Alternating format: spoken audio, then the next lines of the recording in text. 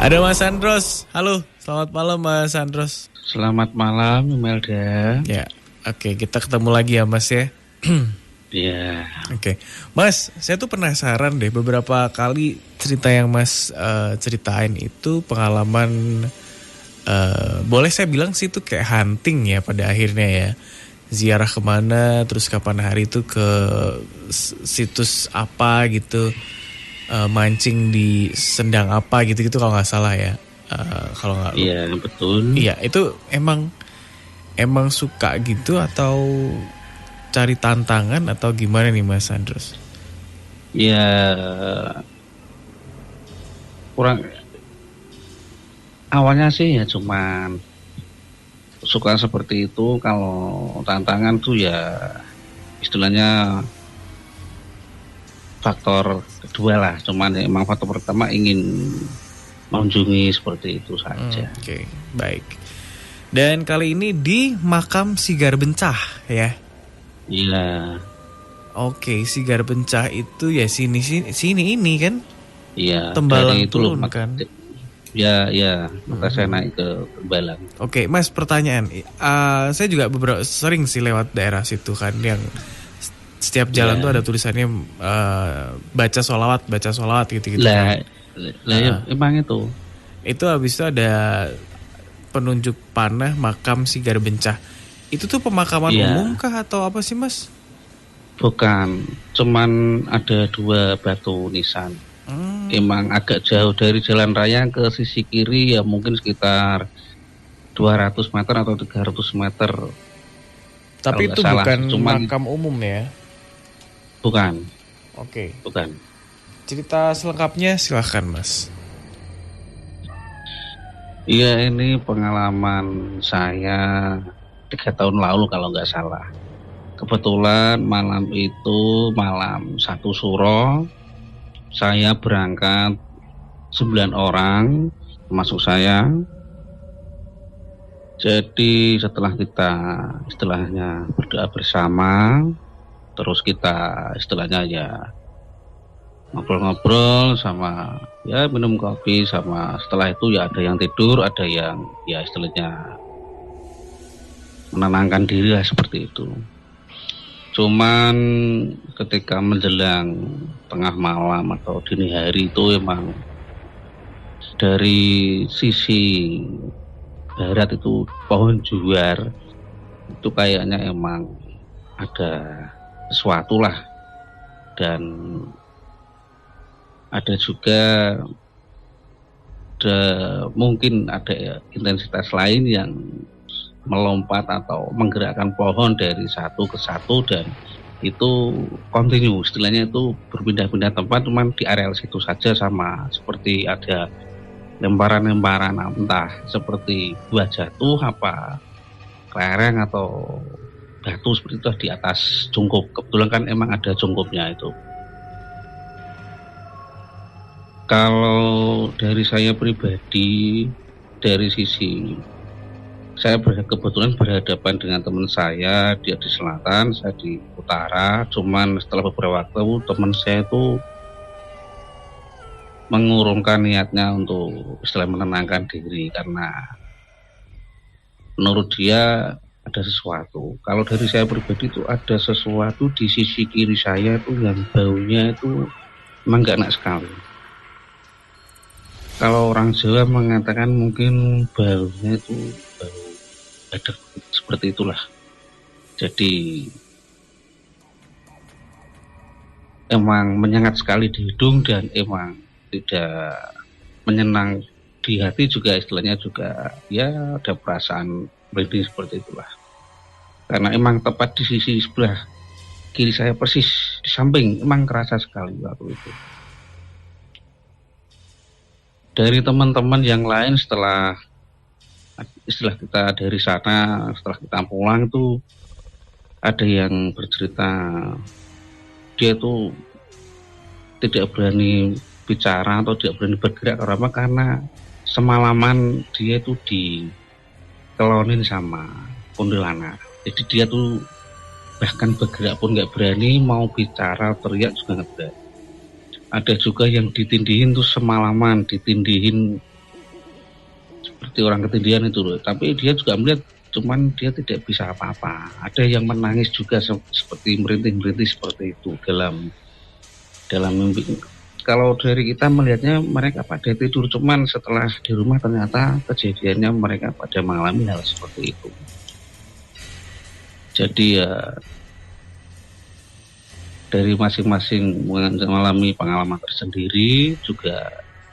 Dari kalau pohon itu semua mengetahui, merasakan dan mendengar lah. Pohon-pohon pada bergerak, ada sesuatu yang jatuh dari atas seperti itu. Karena kebetulan kita sampai pagi menjelang subuh baru pulang. Jadi kita mungkin nyampe sana kalau nggak salah itu sekitar jam 11 atau jam 10 malam lah. Ya kira-kira kurang lebih ceritanya seperti itu. Mas itu tapi ada banyak sekali gangguan, nggak pulang aja tuh Mas waktu itu Mas? Ya kan gangguannya kan dari saya, mungkin melihat kan kelihatan kita kan teman-teman ada yang tidur, jadi kan kita nggak enak bangunin. Cuman ternyata setelah kita di rumah pada cerita, ternyata dia tuh nggak tidur, dia tuh ada yang seperti ada di alam mimpi, ada yang menangis, ada yang nggak bergerak ditindihin, ada yang dikelonin itu. Makanya bahkan ada yang cuma ngikut satu kali itu selamanya nggak pernah ngikut lagi, itu ada dengan kapal yang dikelonin menurut anak semalaman itu. Oke, jadi ini ya makanya nggak langsung pada pulang aja gitu ya. Mas Rendra mau tanya barangkali? Enggak sih, karena yang berdasarkan ceritanya tadi mungkin ya udah cukup detail ya, jelas cukup ya. Detail karena terlihat dari Mas Androsnya tadi mungkin tidur. Ini saya juga browsing sih di Jateng Solo Pos ya, ada satu tulisan mengenai misteri makam Mbah Jalak di Sigar Bencah. Ada yang bilang bahwa ini tuh sosok yang dihormatin gitu ya. Cuman tidak ada kaitannya dengan apakah penyebar agama tertentu atau sosok yang dihormati dalam frame seperti apa itu tidak ada. Tapi ada satu statement juga bahwa ada yang mengkaitkan bahwa sosok Mbah Jalak ini adalah sosok yang bisa dikatakan kadang terkait dengan kecelakaan atau apa yang ada di Sigar Bencah. Mungkin Mas Febri nih, di visionnya Mas Febri sebenarnya seperti apa nih? Apakah beliau tuh sebenarnya baik, terus abis itu cerita orang-orang tuh dikaitkan ke hal yang negatif, atau memang secara energi ini adalah energi yang cukup bergesekan gitu. Tapi ini ngomongin Mbah Jalak, jadi saya nggak berani lewat Sigar Bencah nih men, habis ini men. Takut diadang. Ya kalau Sigar Bencah emang dari dulu kecelakaan sudah sering, dan bisa dipastikan hampir tiap hari ada mobil atau motor pasti mogok. Itu pasti setiap hari. Karena saya dulu juga bekerja di Banyumanik selama 3 tahun, setiap hari ya melihat kalau nggak kecelakaan ya motor mogok atau mobil. Itu seperti dulu juga, dari dulu juga yang lebih kecelakaan ekstrim juga banyak gitu. Dan sebenarnya itu ada sendangnya, cuman jauh istilahnya tuh jauh, jadi tidak jarang orang yang menjamah itu. Ya. Selamat malam Mas Andros. Ya selamat malam Mas Rebi. Ya. Ini kalau dari penglihatan saya ya Mas ya, setelah dengar cerita dari Mas Andros ini, jadi memang benar pada waktu Mas Andros dan teman-teman beristirahat ziarah ya istilahnya, ziarah kubur di situ memang banyak sekali gangguan, memang benar gitu. Dan banyak sekali kayak sosok-sosok yang menginginkan Mas Andros dan kawan-kawan ini segera segera meninggalkan tempat itu gitu Mas. Jadi sebenarnya mereka itu membuat Mas Andros dan teman-teman ini merasa nggak betah di situ gitu loh Mas. Itu kalau yang saya lihat seperti itu. Dan memang banyak sekali sosok-sosok astral yang ini yang saya lihat ya pada waktu itu, istilahnya yang mengganggu. Banyak sekali sosok yang berwujud kera. Tetapi kalau Mas Andros pada waktu itu memang benar-benar sedang melakukan ziarah gitu ya, itu kan udah termasuk kayak laku ya Mas ya, udah termasuk kayak laku gitu. Kalau memang ada hal-hal atau gangguan-gangguan seperti ini, kalau menurut saya wajar, karena seseorang yang melakukan laku itu pasti ada tantangannya gitu Mas, pasti ada gangguannya gitu. Tapi nggak menutup kemungkinan memang di tempat itu memang banyak sekali sosok-sosok astral yang ada di situ, yang mengganggu itu banyak sekali. Nggak cuma hanya tadi yang diomongin ya kayak pocong terus kuntilanak gitu, nggak hanya cuma itu gitu. Sosok-sosok siluman kalau yang saya lihat lebih banyak, lebih dominan yang mengganggu gitu Mas, terutama sosok-sosok kera ini. Oke, udah cukup jelas kali ya. Tapi dari Mas Andros juga kayaknya udah sering bersinggungan sih, jadi ya pasti tahu lah ya.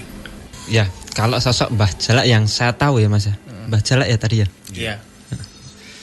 Kalau sosok Mbah Jalak itu yang saya tahu, ini orang yang saya tahu ya, ini orang kejawen.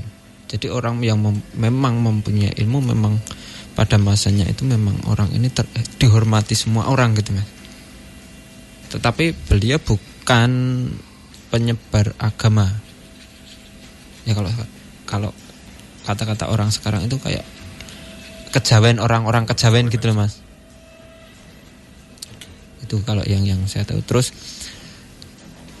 sebenarnya beliau ini ya beliau atau energinya ini nggak menyebabkan orang-orang kecelakaan di situ gitu Mas. Tetapi yang sempat ada kecelakaan di situ itu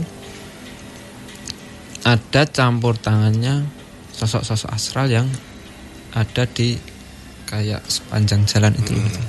Jadi bukan dari sosok Mbah Jalaknya sendiri gitu.